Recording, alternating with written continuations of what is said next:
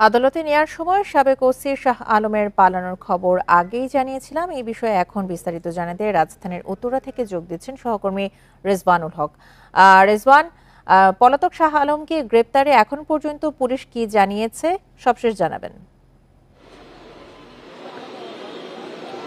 দেখুন, একটি নজিরবিহীন ঘটনা ঘটেছে উত্তরা পূর্ব থানায়। এইখানে আমি কিছুক্ষণ আগে এসেছি এবং এখানে যারা দায়িত্বরত আছেন তাদের সাথে কথা বলেছি। এই মুহূর্তে আসলে ওসি সাহেব থানায় নেই, সেই সাথে ওসি তদন্ত, ওসি অপারেশন যারাই থানায় থাকার কথা ছিলেন তারা এই মুহূর্তে এখানে নেই।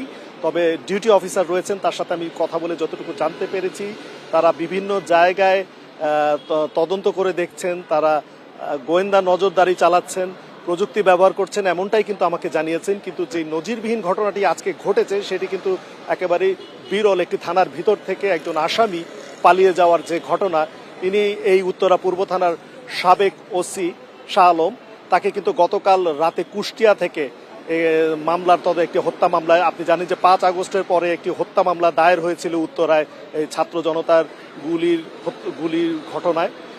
সেই হত্যা মামলায় গতকাল রাতে কুষ্টিয়া ইন সার্ভিস সেন্টার থেকে তাকে গ্রেফতার করা হয় শাহ আলমকে, এবং সেখান থেকে এখানে নিয়ে আসা হয়। আজকে আদালতে তোলার যে প্রক্রিয়া চলছিল সেই সময় দুপুর 12টার দিকে এই থানা থেকে, অর্থাৎ ওসি অপারেশনের রুমেই তাকে রাখা হয়েছিল, সেখান থেকে তিনি পালিয়ে গেছেন এমনটাই জানানো হয়েছে থানার তরফ থেকে। এইখানে তখন কিন্তু থানায় ওসি সাহেব ছিলেন, ওসি তদন্ত ছিলেন, ওসি অপারেশন ছিলেন, এবং তদন্ত কর্মকর্তা অর্থাৎ এই মামলা তদন্ত কর্মকর্তা লিটন শরীফে কিন্তু থানায় উপস্থিত, অর্থাৎ সবাই উপস্থিত ছিলেন। সেখান থেকে কিন্তু আসামি সাবেক ওসি, এই উত্তরা পূর্ব থানারই সাবেক ওসি শাহ আলম কিন্তু পালিয়ে গেছেন। এটি নিয়ে ব্যাপক প্রশ্ন জন্ম দিয়েছে। আপনি দেখতেই পাচ্ছেন যে বৈষম্য বিরোধী ছাত্র আন্দোলনের কিছু ছাত্র জনতা এখানে এসে উপস্থিত হয়েছেন, তারা থানার আশেপাশে অবস্থান নিয়েছে, তারা কর্মসূচি দেওয়ার চিন্তা ভাবনা করছেন।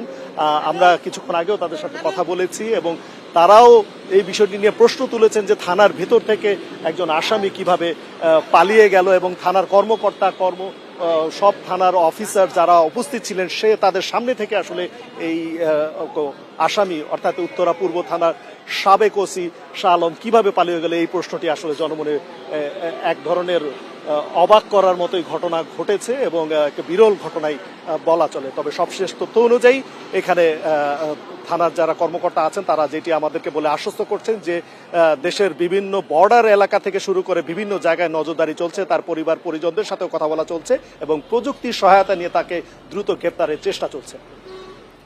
সাবেক ওসি শাহ আলমের পালানোর সবশেষ তথ্যের